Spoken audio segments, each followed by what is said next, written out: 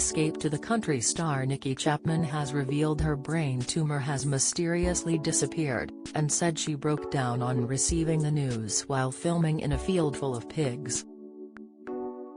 The former pop idol judge was diagnosed with a non-malignant brain tumor, which had grown to the size of a small golf ball, but could only have part of it removed in 2019 because it was too dangerous to take it all out.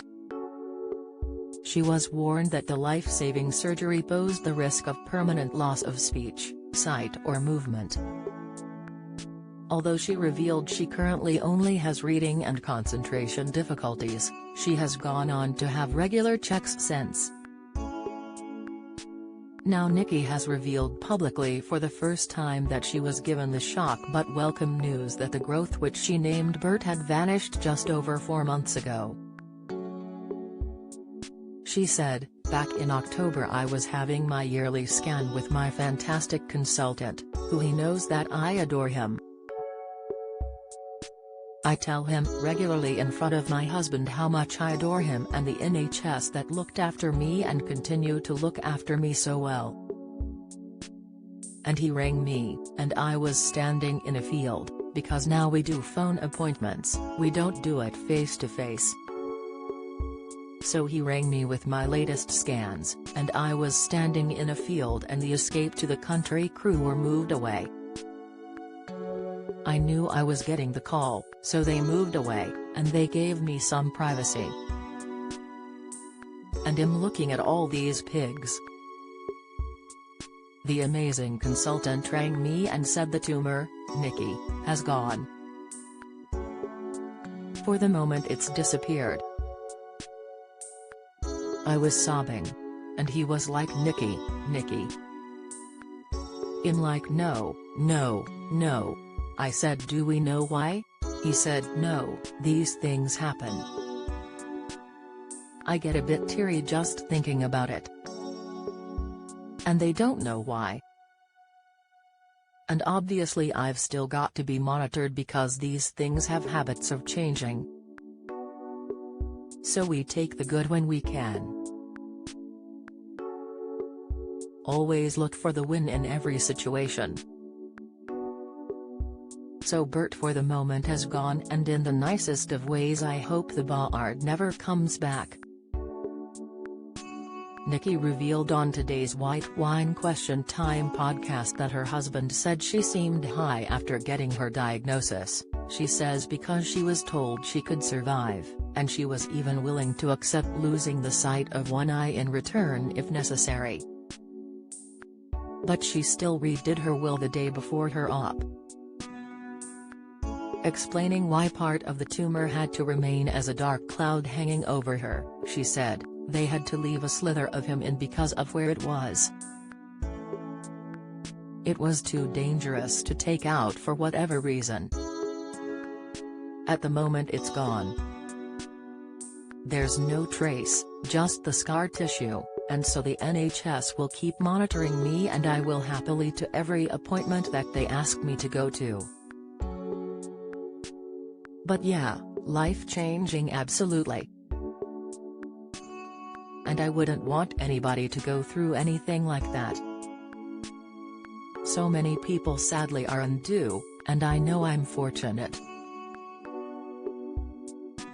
And fortunately it was benign, but even to live with it wasn't great. What will I look like? How will I be? I did my will the day before I went in for my operation. For my husband the first thing I said was, right, we're going to redo the will. And he was so brilliant. I told very few people because it is life-changing. It is the biggest thing. It's amazing what you will accept in life. You do find strength that you didn't know you had. We knew it was big. They said you've got a large tumor. They thought he'd had a stroke. But it's taking each day and not knowing if you're going to live or not. And then when my amazing consultant said, I think we can get rid of this, But there might be ramifications. You might lose your sight in one eye, your speech might be compromised. I was like, but can I see in the other eye? And he said hopefully yes. They have to give you all scenarios. And I was like fine, if I lose sight in one eye so be it. I can live with that. That's a small price to pay for life. And who would have thought? Nicki, 55, who is married to music executive Dave Shackleton, added, "We came out and Shaq's like, are you sure you're okay, you seem quite high. And I was like, Shaq has told me I'm going to live, unless something goes wrong on that operating theater, which can happen, I'm going to live. I'll take be partially sighted or whatever. After my operation everything went in my favor and 6 weeks to the day I was filming. I did check with my consultant. I did go and see him and say I really want to go back to work. I thought I was going to be ill for over 3 months. And he went yes, so did I. I said am I mad going back to filming? I said they'll look after me. And Hess like you know what, if I couldn't perform surgery for 6 weeks I'd be going mad and I can see the same with you. So I did get signed off. The only thing I have is I struggle reading now, which is a small price to pay for my health. My concentration isn't as good as it was. I find it hard to read books, I don't know why. Apart from that, I take each day. I'm very grateful. The NHS are incredible and I'm going to look for the win. It's not going to define me. I will get on with my life. That's important for me.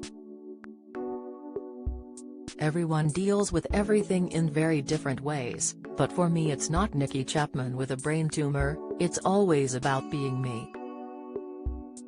Nicki had first realized she was ill while working on the BBC property programme Escape to the Country when she went to do a voiceover and couldn't remember the name of the executive producer, who she had known for 15 years. She later said, I came back and did a photo shoot and couldn't see, I did a voiceover and I couldn't speak, nothing would come out. It lasted about 5 to 10 minutes.